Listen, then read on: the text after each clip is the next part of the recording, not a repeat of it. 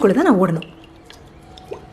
நீங்க வீட்டில் இருக்கப்ப நான் பேசுற கொஞ்ச நேரம் கூட உங்களுக்கு போர் அடிக்குது, பள்ளி கத்துற மாதிரி இருக்கு இல்ல? நீங்க நினைக்கிற மாதிரி நான் பர்ஃபெக்ட்லாம் ஒன்றும் கிடையாதுங்க.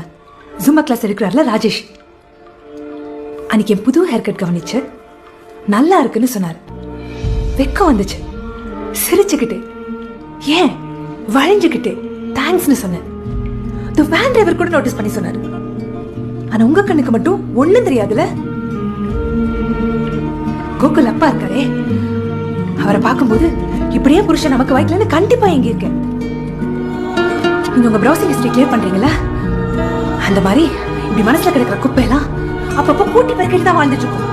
மத்தவங்க பொண்டாட்டி பாக்குறவங்களா மனுஷங்க, அவங்களுக்கு நீ காவடி தூக்குறியா? என்னத்தை கவனிக்கல?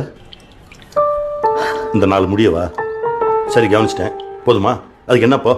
இந்தா இங்க பாரு, இங்க பாரு, எனக்கு சொட்டை ஆயிட்டு இருக்கு, நீ கவனிச்சியா?